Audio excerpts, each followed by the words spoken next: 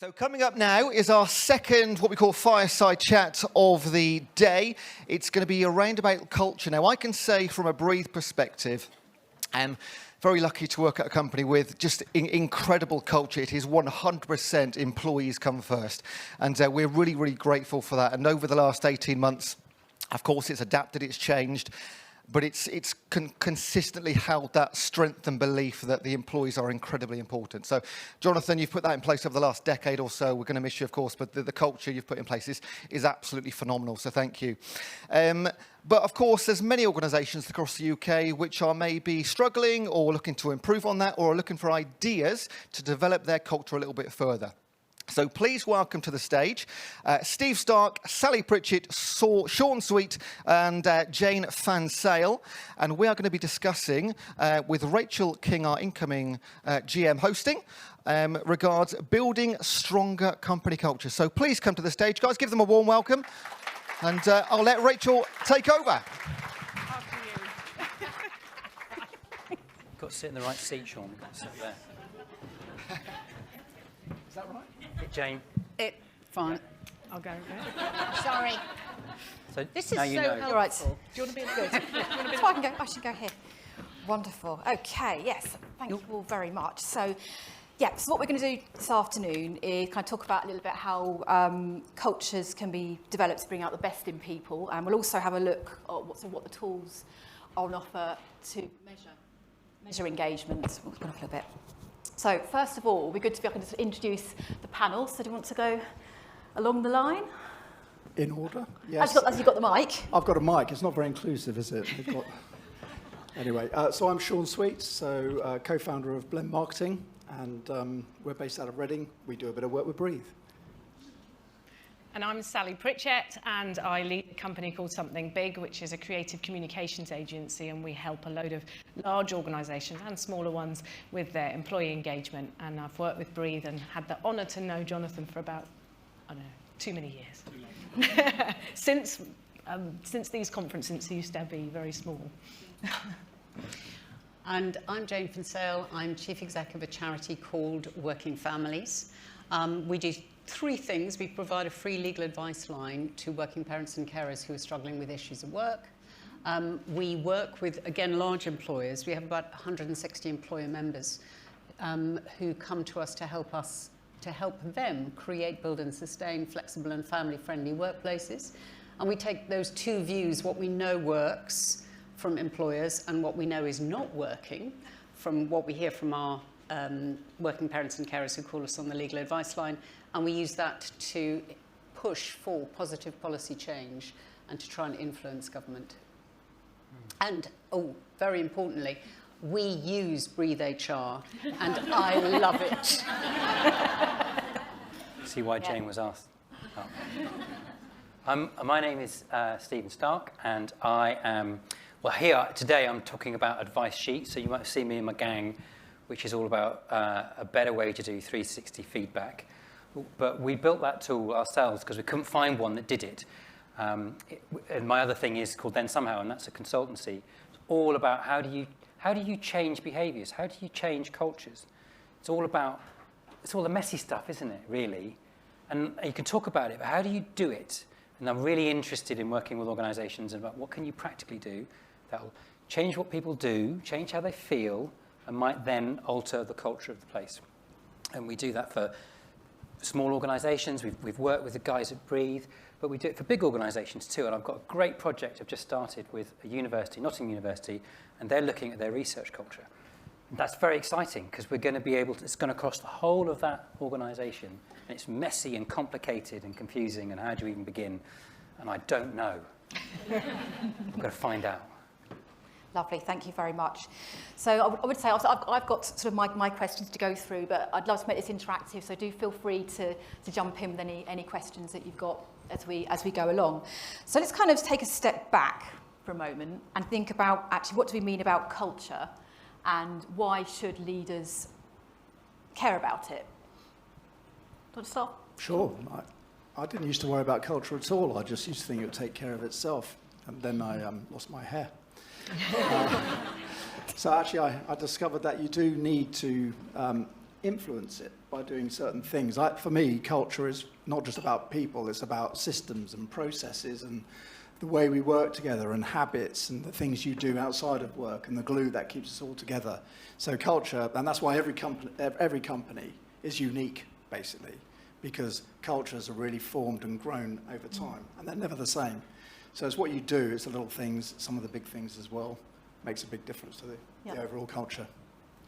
I totally agree. I think culture is about the way we do things. And if you think about the last couple of years, goodness me, the fact that we're in this room together today is fantastic. But, you know, the last 2 years we have done things differently. We haven't just done a few things differently. We've done everything in our lives differently. In fact, I'm loving that one of the things today is that there are so many trainers out here, because we used to wear high heels and that was painful, and I don't know why we did it, but today we're all wearing trainers and it's phenomenal. Us girls, it's a big change for us. But we do things differently, and I think the thing about culture is not something you can just do and tick off and go, I've done it, that's it, I set my values and there's the guiding framework. It's something you have to absolutely look after all the time. And I think I found out the hard way probably about 5 years ago, and I think a lot of leaders find out the hard way that you know your culture when it goes a bit wrong.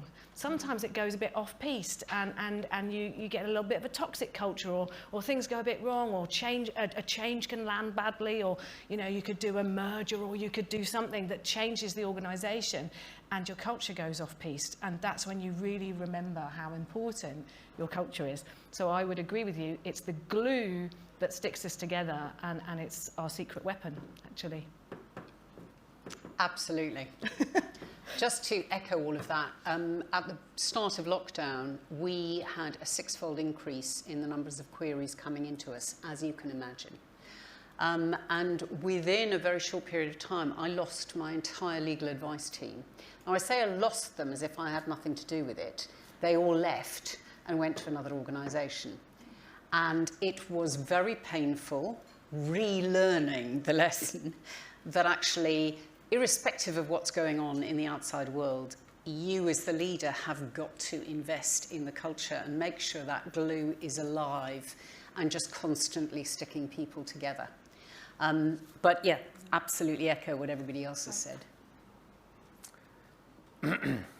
Okay, trying to think of something else to say. We can. What about this? So, like, culture is that's the operating system. Everything else runs on. Or if you were a fish, it would be the sea. Ooh, feeling a bit like close. that, yeah. Good, isn't it? That's nice. Or it's like climate change. You know, or you know, like we're still breathing all this oxygen at the moment, but we're getting all these sun. We're worrying about it, and like you say, you don't notice it until it's gone wrong. And then it's like catastrophic, and it's all your fault. Yep. And then the other problem is, if you are leading an organisation, you have a disproportionate effect on it. Like the leadership, everything cascades down from you. So every crack, every blemish comes down and is repeated at every level. It's like it's isomorphic. Like, you know, fractals. You know, like if you zoom in on Norway, the coast of Norway, and you get all the fjords, and you zoom in a bit more, it still looks like fjords, and it keeps on going. Same in organisations. So when you go into an organisation, you see a dysfunctional team, and you start exploring, you know, why they can't give each other feedback. Classic. Frightened of having difficult conversations. And if you go up to the very top, guess what? That leadership team at the top, they're not talking to each other, they don't trust each other, they can't have challenging conversations, they're very defensive. It's all coming from that. So as a leader, you are hugely shaping it. The problem is, culture does not move in straight lines. It's like a big squishy lump of that, you know, that goo that kids make. It doesn't stay still, and you can't change a culture. You can only influence it. So it's just doubly bad news if you're at the top. Thank you. So let's talk about the top topic at the moment in terms of looking at the return to the office versus hybrid working. You know, what does that mean? What are you hearing from leaders, your own experiences, and is it the opportunity to reshape culture there? I know we've got some interesting views on this one, so who wants to start? Why don't you not go first? I'm just thinking it might be unfair on. But maybe I could say I think it's a really tough one because I live in a creative industry. So, you know, we were the most collaborative, you know, always all over the place, not even sitting in desks. I don't know why I bothered buying tables and chairs at some point because our creatives are all over the place, you know, collaborating. So when we went into lockdown, you think, how on earth are we going to do our work? And I think one of the more troublesome things is we didn't go into lockdown for 3 months like we thought we would. We did it for 2 years. So those crisis emergency things that we did, those temporary measures became a way of life, and they became routines and habits, and we really overcame things to the point where our creative in our business is better and our collaboration is better virtually than it is physically. So as a leader, when it was like we can reopen our offices, it was a bit tricky. So we thought, well, let's have a big party and let's get everyone back in and it'll be all wonderful because they'll remember that we're all great friends. And guess what? They came for the party and then after that they went, thanks very much, but I'm putting my slippers on and I'm going back to home. And we tried a few more things and I did all the, let's model as a leader. I'm in the office, look at me. I'm on screen, but I'm in the office. And we did all of that kind of stuff. And then finally, luckily for me, I saw the MASH report, a comedy sketch, if anyone's watched it, where there was an owner of a business going, hey, check me out. I've got this amazing office that I spent lots of money on. And you have to come and be at a screen in the office because it's much more collaborative here. And you have to come in at a really inconvenient time, and you have to look at the screen from here. And then you've got, obviously, the member of staff's perspective going, so I'm now here, I'm further from the fridge, can't wear my slippers, and there's more twats. You know, hi, Barry. And I'm really glad I saw that. Yeah. I didn't want to be that person. I didn't want to be that person, but I do have a good office. And have spent lots of money on it. No, and I do believe that we are humans, and look at us all today. There is a benefit to it. So I think, without taking up too much time, my view has been to model the benefits of being back together. So I've not said you have to come. I've said, hey, do you know what? This type of circumstance, a complex project kickoff or a one-to-one or a team get-together, these are good things to come to the office. Come to those. Don't come to a party because we're working hard. We don't need parties every day. Come and get the benefit, and slowly but surely they're coming back to the office. They'll come back. Yeah. No, Jane, we had quite a good discussion on this one, didn't we? We're actually talking about, you know, what collaboration is and what collaboration means. Yep. So Working Families is all about building flexible workplaces. That does not mean that everybody should be working from home, and that does not mean that everybody should be working hybrid. It all depends on the role that you've got. So if your role is to go in and clean an office or operate on a body on an operating table, these are two entirely different jobs, but the point is they are place-based. We believe every single job is flexible in some way, but not all jobs are flexible in exactly the same way. And one of the things that we found, we're a small organisation, was absolutely fascinating was that the team kept on complaining to me that they were missing out on collaboration. And I found it fascinating because one of the things that my board had, the trustee board had said to me was how siloed they found the teams. Now, these two things can't possibly both be true. And what we found was that actually what people were really missing was the ability to build and sustain relationships across teams. But rather like Sally's just said, actually when it came to collaboration, we needed to create the space for people to collaborate.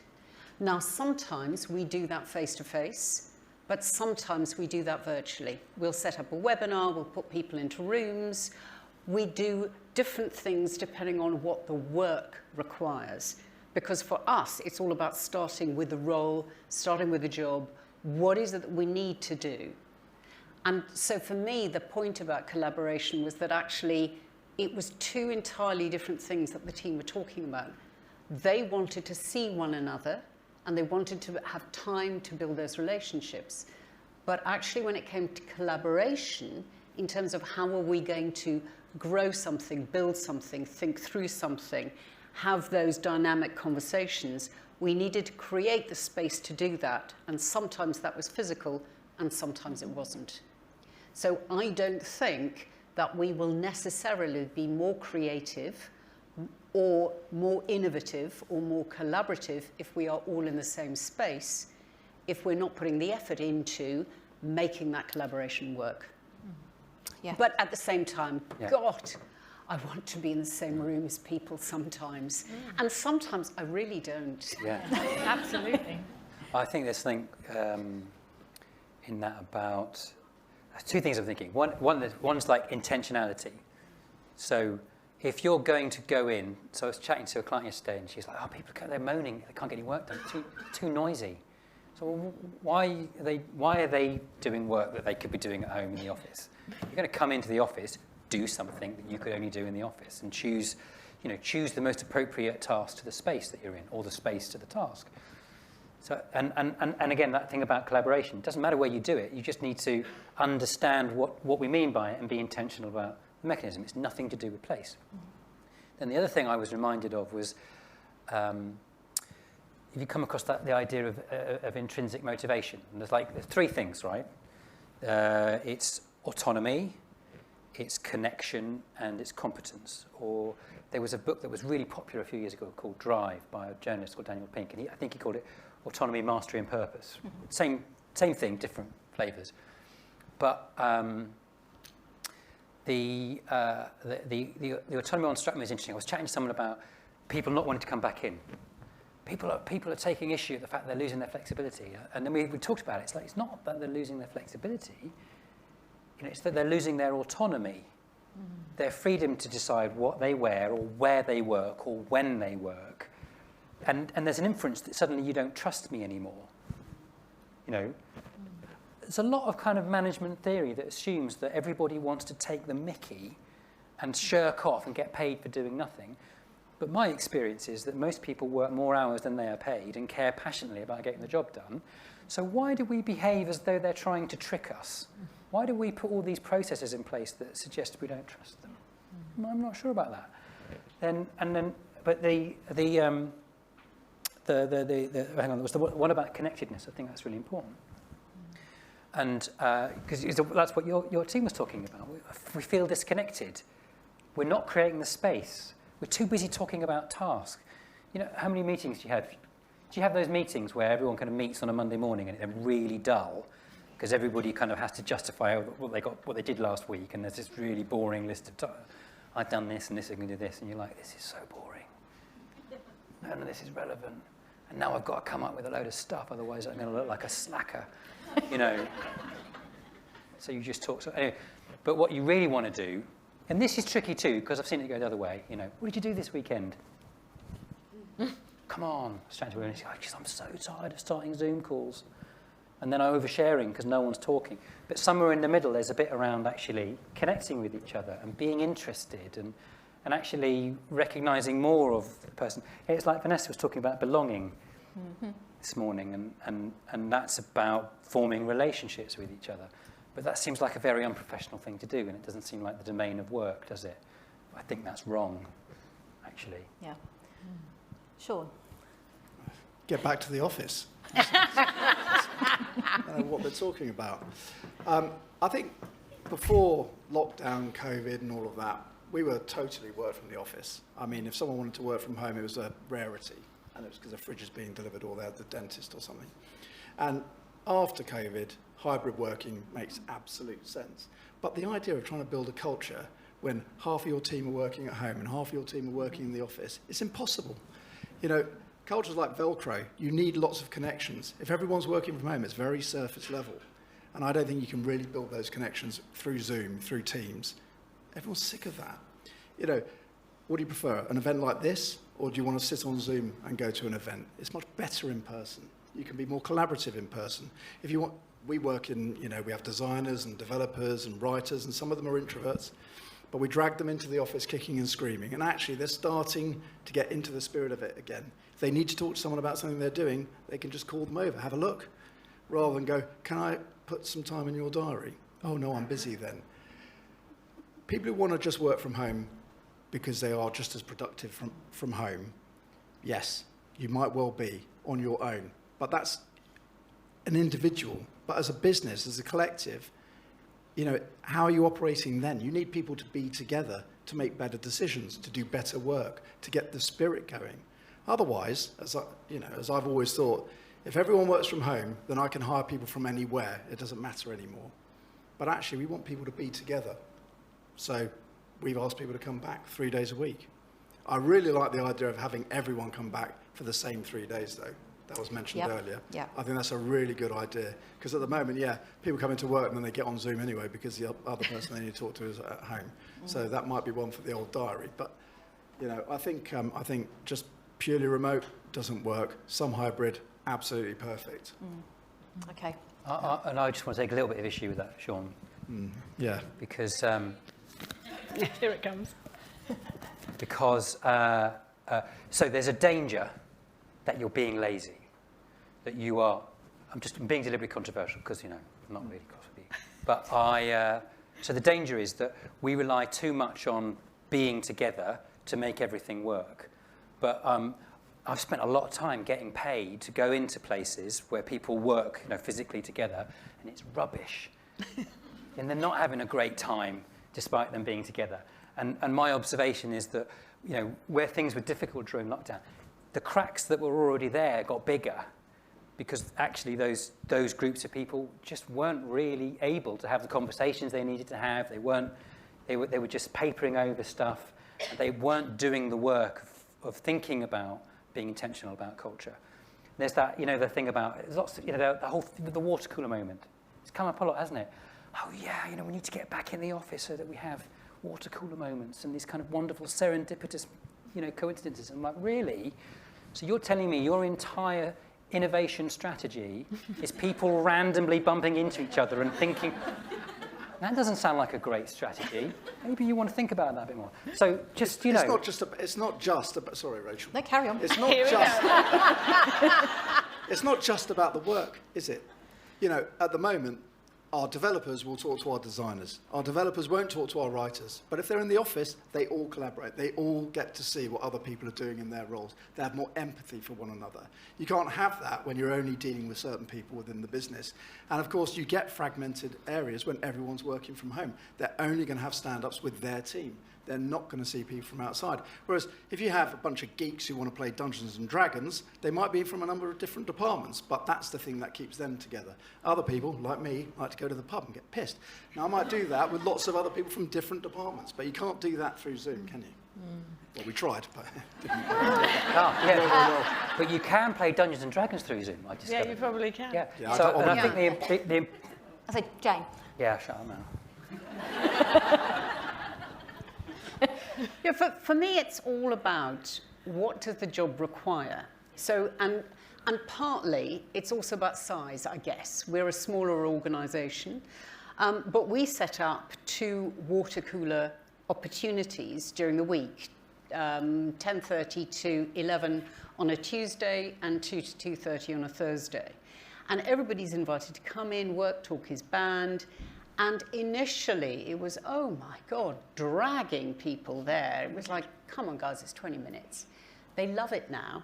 And everybody has something to say. And if they know somebody they know is going to be on there, then they'll deliberately come in.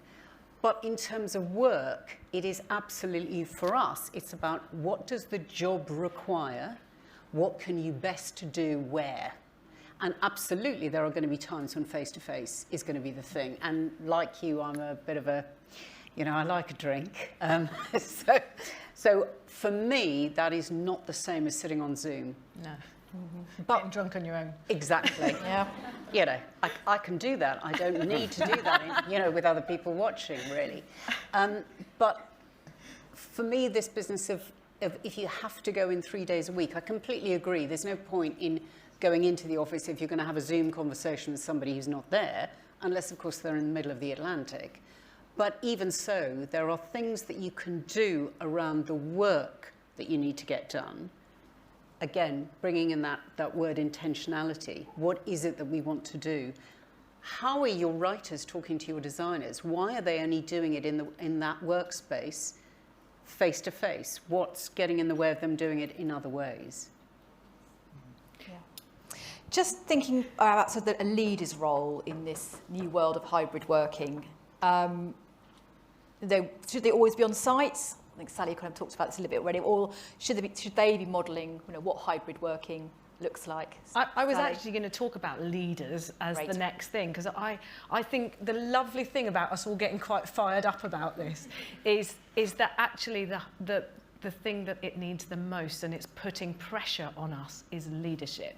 Yeah. It is making us very clear about what we are trying to achieve, where we're all going, what path we're on, and to force your writers and designers and everyone to work together, whether it's virtually or not, is about being really clear about what great work looks like. And if we're all on that same vision, then we are very intentional about it, and we will do anything. We will clamber over the obstacles to achieve it. We know this because when we were in COVID at the very beginning, who had an organisation that could have gone from the most dysfunctional organisation ever to suddenly being blimmin' clear that we were going to get through this? And we all had a very clear direction. And I think it's really good that we're all coming at it from different angles, because every single business that you're all looking after in here will have a different culture, will have a different vision, will have a different way of approaching things. There is no right and wrong here. There's only right and wrong for your organisation. Yes, a clarity of intention for your It's organisation. intentional leadership, and I think it's putting pressure on us as leaders to work. We've got to do our jobs really well. Yeah. So whether we're in the office or whether we're not, I'm not sure it matters. What matters is we're super clear. It's clarity, absolutely. Okay. So something else we talked about is almost avoiding that, if you like, two-tier status where you will possibly have people that are working remotely feeling they have that sort of second-class status. And how do we manage that? One of the things that's been talked about quite a lot in the press is the idea that working women with childcare responsibilities will be on some kind of second track, because if they are working from home permanently and everybody else is permanently in the office, then there are going to be these two separate groups. Again, for me, and I'm really sorry about this, I get terribly boring about it, you need to go back to the job. What is it that actually the work requires? Any employment relationship is a two-way relationship. It's never just about the employee. I feel very strongly that we are not responsible for the mental health of the team. What I am responsible for is ensuring that I provide the right conditions for those individuals within the team to flourish. And if there is something that is making them ill, that I remove that thing. But we are all human beings. We all bring everything of ourselves to the world of work. But in terms of having people who are only working part-time or only working from home, one of those things is about how do you break down those barriers? What do you, as the leader, do to put in place the ability for people to deliver the work that you want them to deliver? And 99% of the time, they want to deliver. So it's about putting those two things in place. And for me also, there is something about us acknowledging that one of the reasons that we put policies in place where we write so much stuff down is because none of us actually like having those horrible conversations with the 1% of the workforce who are either unhappy in their roles, bloody miserable people who you really don't want around, or are having some kind of crisis. You know, there are going to be people who take the mickey. Of course there are. But actually we need to have those conversations with those individuals. We don't need to write a policy that will... Yeah, just for the few. Yeah, piss off the rest of the 99. Isn't this really about equity? I mean, we heard it earlier. It's if people are working from home, you have to maybe make some, do things differently for them so they've got the same advantages as everyone else. However, we also heard that life's not fair. And so there will always be differences. Day pupils and boarding pupils, there's always a difference, right? And it's the same at work, I think. You can only go so far. You can only do so much. Ultimately, it's a responsibility also of the people who decide to work from home or can only work from home, to do a bit more also to engage themselves within the business. It's not just on leaders, although we do have to set a good example. And I totally agree with you about setting the right conditions, not taking full responsibility for other people. They're adults, right? But setting the right conditions and not putting things in place that are going to be detrimental to them. So bullying, making sure that's not in the workplace and so on. So yeah, I think trying to introduce equity, and I've puzzled over it. I thought the talk this morning was amazing, I have to say. So equity, probably. Yeah. Yeah, and I was thinking about a chap I work with he works for a remote first company, ran a software engineering team, and they worked across 5 continents in different time zones, and they met once a year, like a week-long company retreat type thing. And so I was like, well, how do you do that? How do you manage people so that so that you don't have that, the days and the borders and that kind of thing? What are the things you do to make sure they feel connected and that they're communicated with effectively and they don't miss out on things like that? And he kind of went, wow. He said, we do communicate really clearly. So we write everything down and we publish the minutes. And so I have weekly check-ins with them and I find out how they're doing, and we kind of have a kind of group catch-up once a week and kind of document everything. And we have very clear work plans, and we use like a Kanban tile board and listing all this stuff. And I was like, nothing you said to me isn't on the list of things I'd recommend to a manager in a normal, physically present situation. That all just sounds like best practice. He wasn't doing anything different. He was just doing the basics really, really well. I thought that is interesting. And one thing that was special, he said, we've got this a rule which is one person remote, all remote. So what do you mean? He said, well, sometimes you have 6 people in the office. But if one person's remote, we all go into our booths and we join on the screen and we have that meeting so that that was about equality. Or perhaps it was equity too in that thing. So there was no difference. I thought that was really interesting as a concession, and it was a painless concession actually. So they had worked really hard.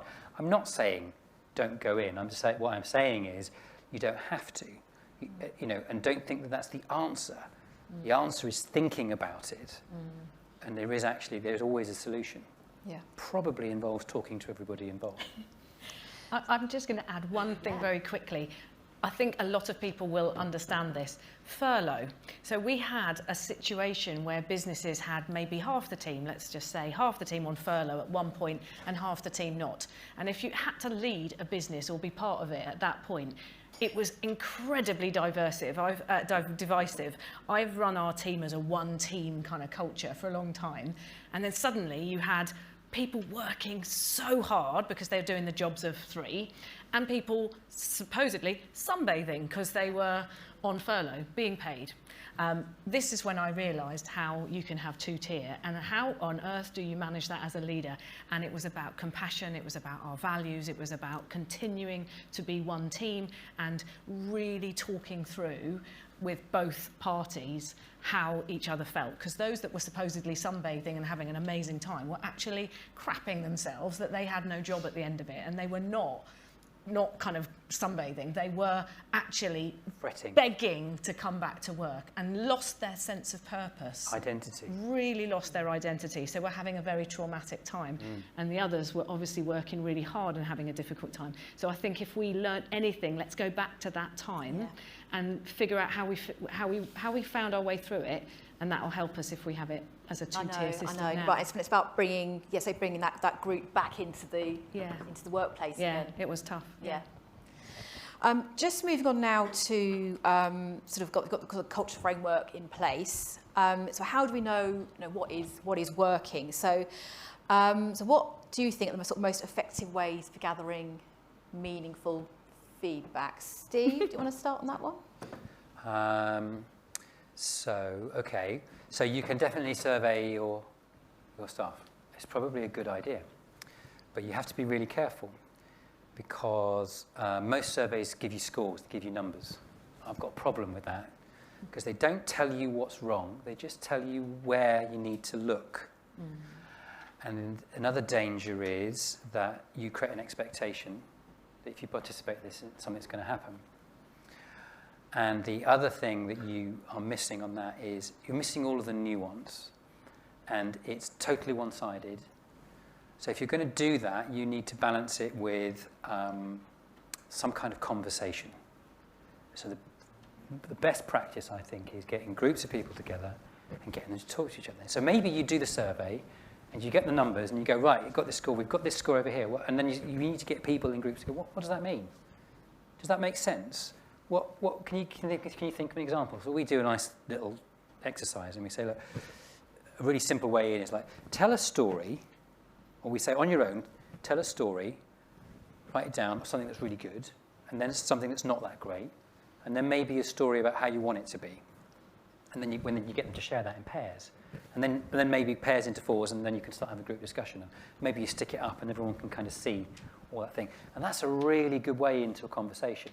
And then that group of people starts engaging with it. You're getting all this nuance. You're beginning to understand these different cases and examples and how it can be one thing over here and one thing over there. And okay.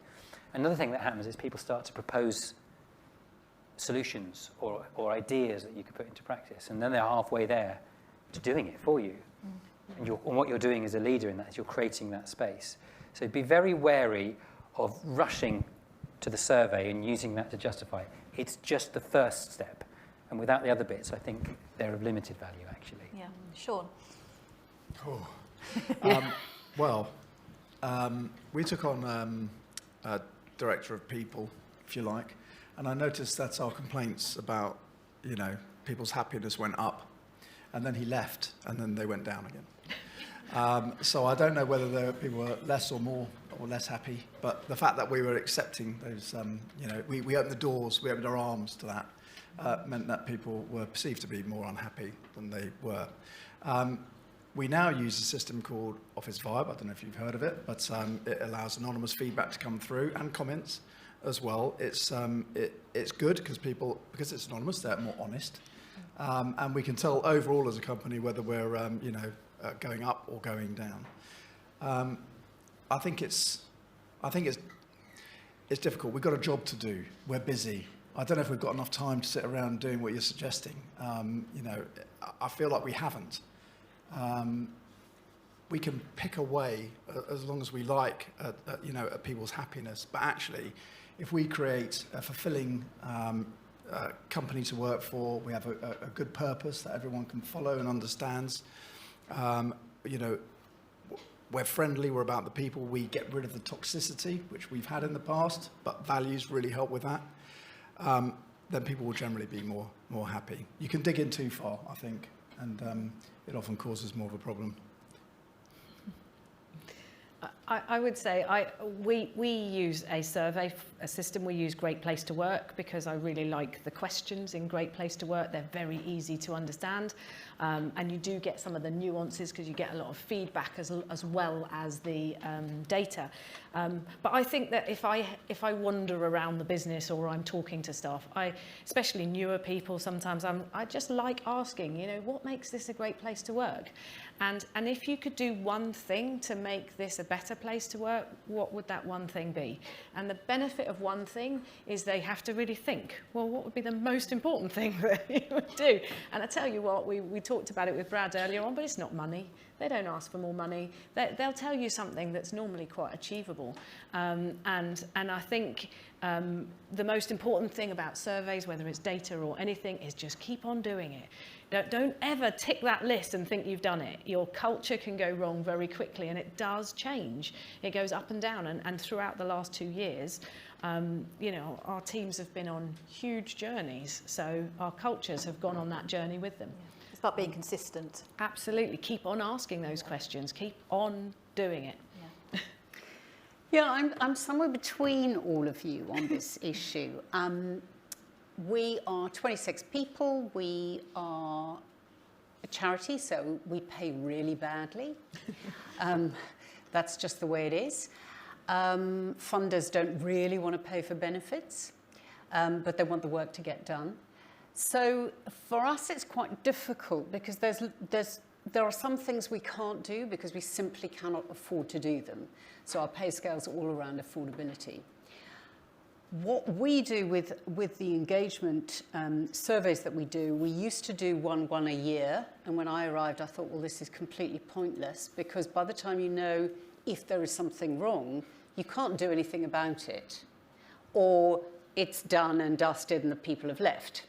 So then we started introducing quarterly surveys, which gave us anonymous feedback.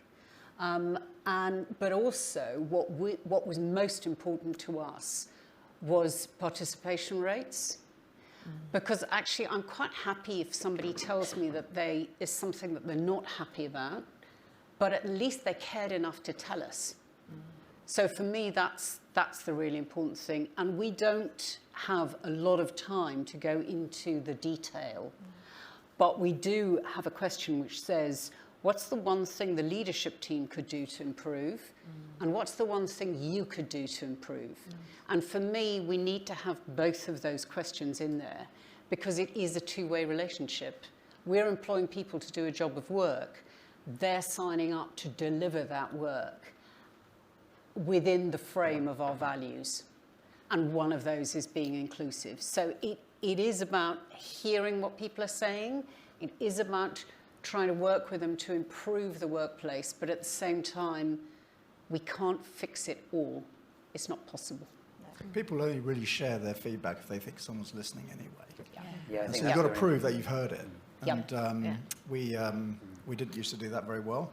But now we take a lot of those comments and we address them in our weekly company updates. So, you know, that way people understand that what they've said has been heard. And you might not do anything about it, but it being heard is the most important thing. Acknowledged. Okay. So I want to say something about, I totally understand this thing about we've got too much work to do to spend a lot of time navel-gazing. And I also accept the point, Sean, that if you look for problems, you'll find them. But I think, have you ever seen that iceberg model for organisations? It was a bit like the one that we saw this morning, but it talks about, you know, what the things that we think make organisations work, and then below the surface, what really makes organisations work.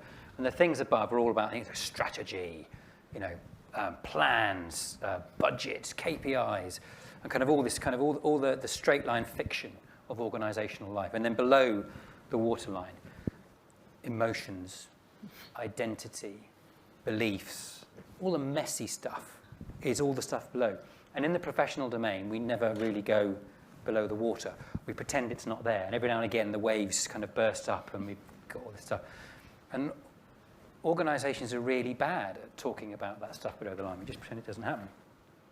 And whenever you encounter problems, you know, it's always about not wanting to talk about it.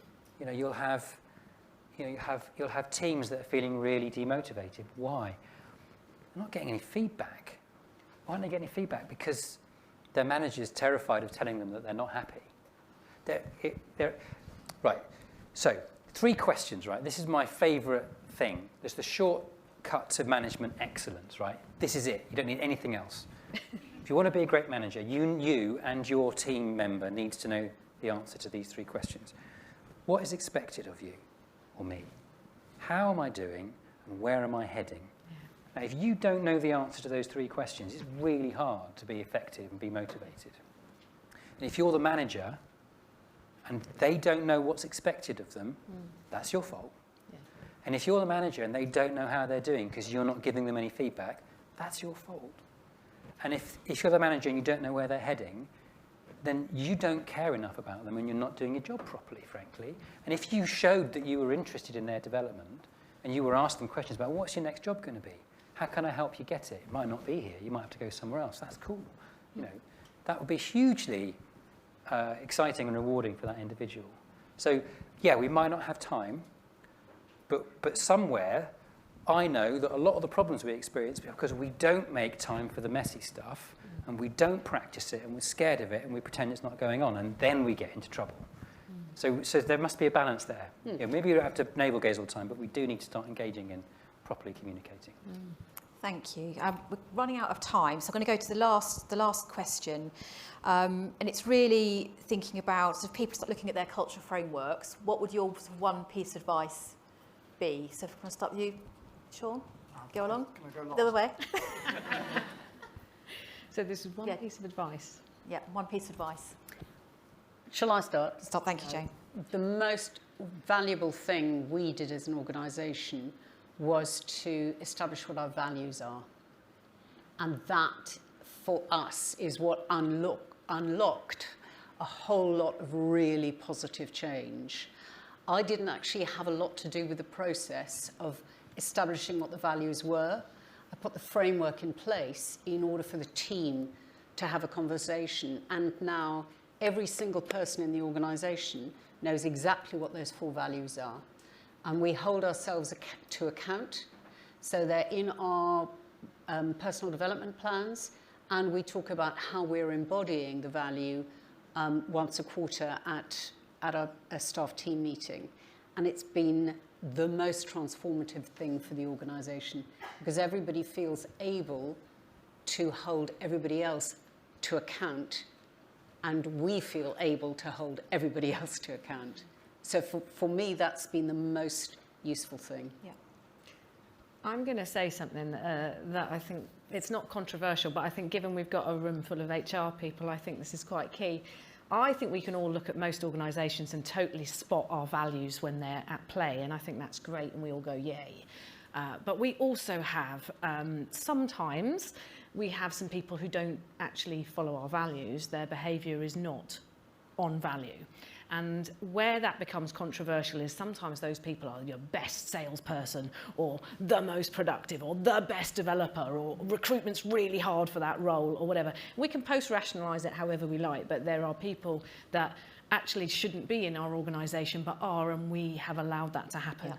So my one piece of advice would be, if you want your culture to really work, be very, very clear and try really hard to stamp out the non-culture. Comes back to the Tough messy one. stuff again. That is messy Yeah. stuff, Yeah. and it's tough. Yeah. Yeah, really tough. Yeah. They're often expensive as well from an HR point of view because they've been there for a long time. Why? Because we haven't dealt with it. Yeah. Very true. Steve? Oh, I had it, and then you said Go on. something. Want to go? And I forgot it. Go on then. Okay. I will agree with values, quite honestly. I think it was about 5 years ago we managed to grow, and I thought we had quite a good culture, but we managed to get a subsection of toxic behaviour, and it came from incredibly talented people. They were brilliant. In fact, we couldn't work out what was wrong. It was like they were so good at their job, and yet they were constantly down the pub bitching and moaning about the company. And it was like they wanted to create their own subculture within the business, but they weren't for the business. They were really for themselves. And we couldn't tease this out until we had some values to measure them against.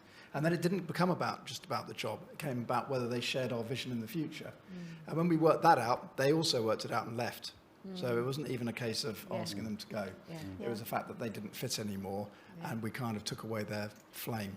And funnily enough, as soon as a couple of individuals went, a lot of other people who were kind of dragged along with that said, it's so much nicer here now. And they were very good mates. Yeah. They're not good mates now. No. A lot of those people still work for the business. So, you know, it's actually having the values has been revolutionary for us, and probably the best thing you can do. Yeah, real benchmark. I agree. Yeah. I've remembered what I was going to say, and it's linked to that. And it's a story about a woman that I know who took over a national charity, but it was on its knees. It had been quite badly managed, and it had very low morale. And it had some values, but they weren't being lived. And she did an exercise where she went round and visited all of the locations, and she said, right, she did the thing about tell me a good story, bad story. And she basically harvested all the stories. And she went back to her leadership team and said, right, there are 14 stories that I heard repeatedly. There's quite a few, but I heard them 3 or 4 times each, and these are the ones that were the top 14. Top 14. She said, right.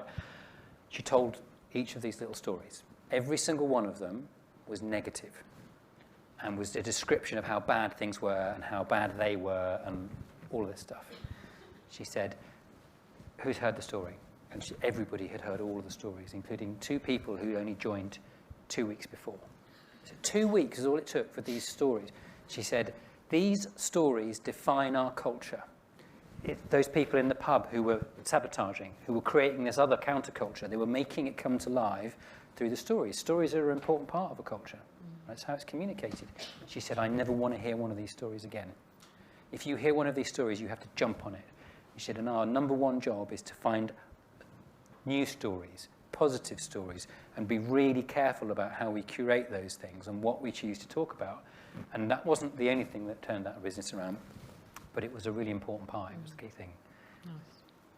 Thank you all very much. So that brings our fireside chat to a close. Yeah, thank you.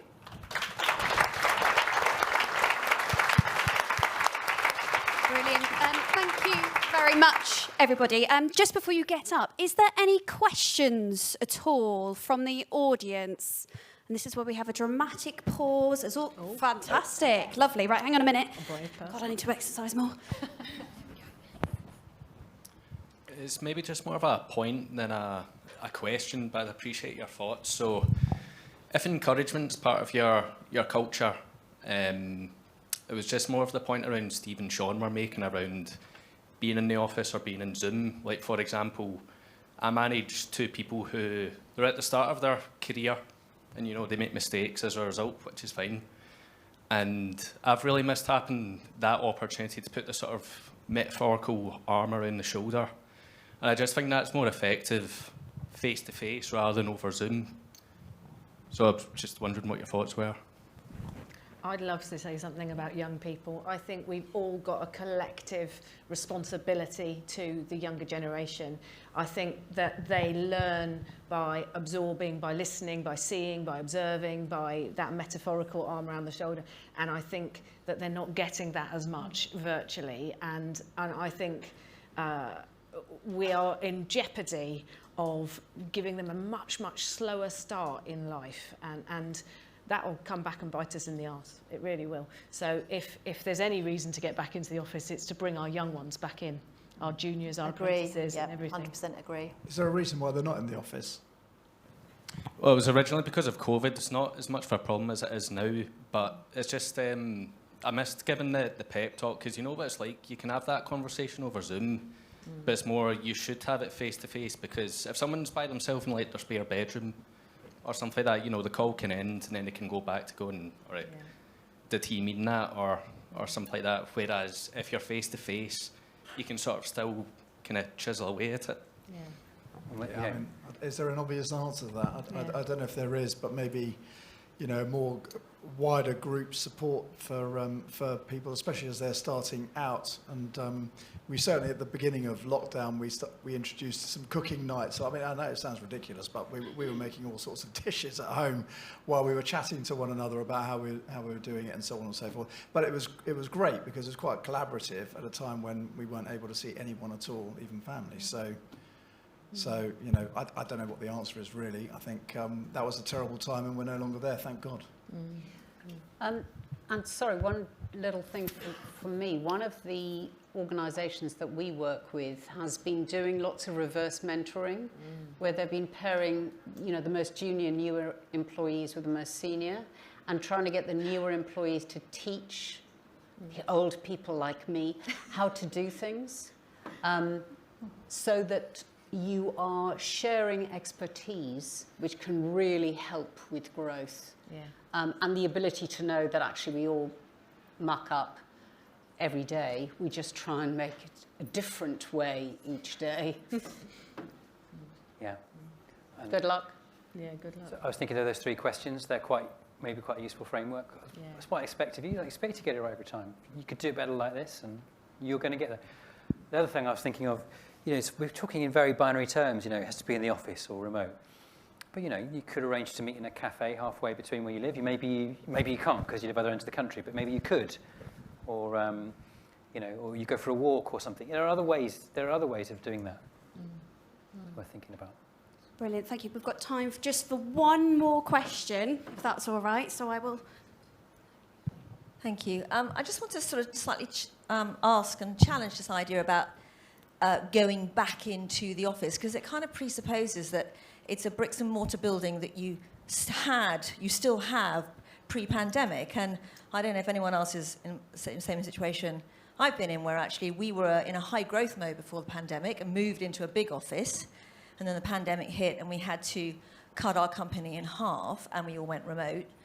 And actually, suddenly when we started to come back into the office, we were 20 of us sitting around in an office designed for 170 people with a 10-year lease, surrounded by an environment where the whole world of office life had changed completely. So we've now moved into a serviced office, and we're assuming that we're never going to be more than maybe half the number of people coming at any one time, and are fully committed to working to a hybrid model. So actually, there's been a lot of great stuff that's come out of today, not just in this session, but other sessions about some of the practical stuff to help with that. But it's this idea that the office is this space that you're going to use for 2 days a week and it's going to be empty for the other 3 days. I just don't think that really exists. And if there's another way of thinking differently about that, I'd really appreciate your feedback on that, really.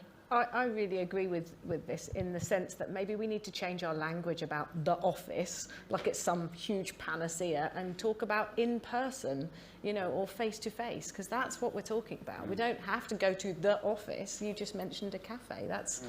It's about seeing people physically as much as it is the office. Yeah, so that human interaction, isn't it? Yeah. Sometimes go and break bread with somebody. Yeah. Yeah, we gave up our office. We were having difficulties with our landlord anyway, and then COVID hit, and it saved us £60,000 a year. And for us, that's an enormous amount of money. We're in the incredibly lucky position that we have very good clients or employer members who, as their kind of pro bono offering for us, will give us boardrooms once a month free of charge. And so for us, that's been absolutely fantastic. But even those wonderful buildings, mostly owned by law firms, you know, you go in there, it's like tumbleweed. It's just extraordinary. But yeah, I agree. I think we need to talk about space as opposed to the office. Brilliant. Thank you very, very much. If we could just give a round of applause and a thank you to Steve, Jane, Sally, Sean and Rachel. Thank you. So